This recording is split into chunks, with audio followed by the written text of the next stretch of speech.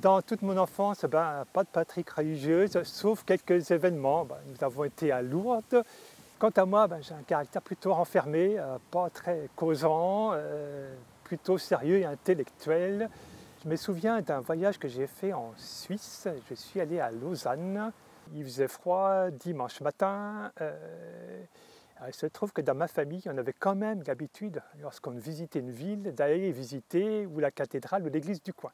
Donc je rentre dans une église, puis à la fin de la messe, le célébrant, qui voit bien que je n'étais pas du coin, vient à moi, me demande mon prénom. Je dis que je m'appelle François.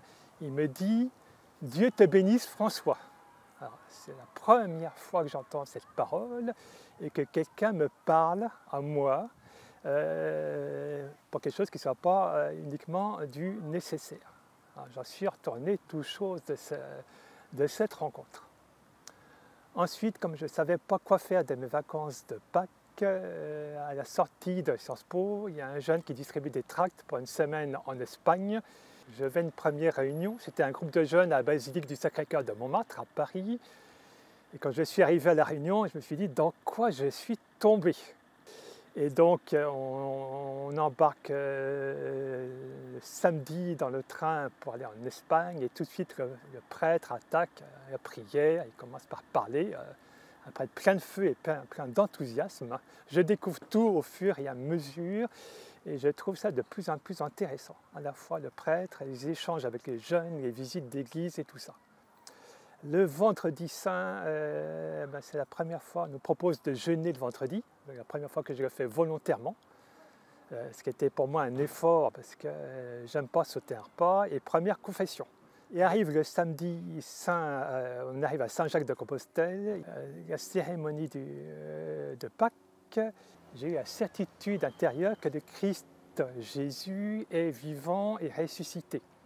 Et pas seulement ressuscité en âme, mais ressuscité en corps et en âme, et que cette résurrection serait aussi pour moi et pour chacun de nous.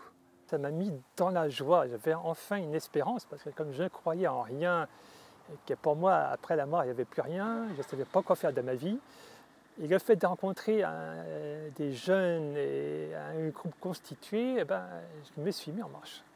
Mais c'est d'abord la joie, et cette certitude intérieure qui m'ont fait avancer. J'ai commencé à avoir une vie chrétienne assez régulière, c'est-à-dire la confession, les sacrements, la prière, les pèlerinages, participer à l'activité de l'Église.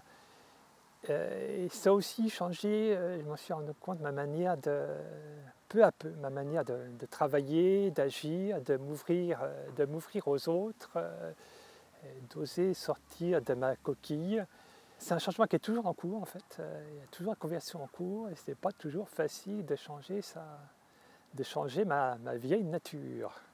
C'est depuis maintenant presque 40 ans que ça dure et je suis toujours dans cette joie et cette certitude du Christ ressuscité.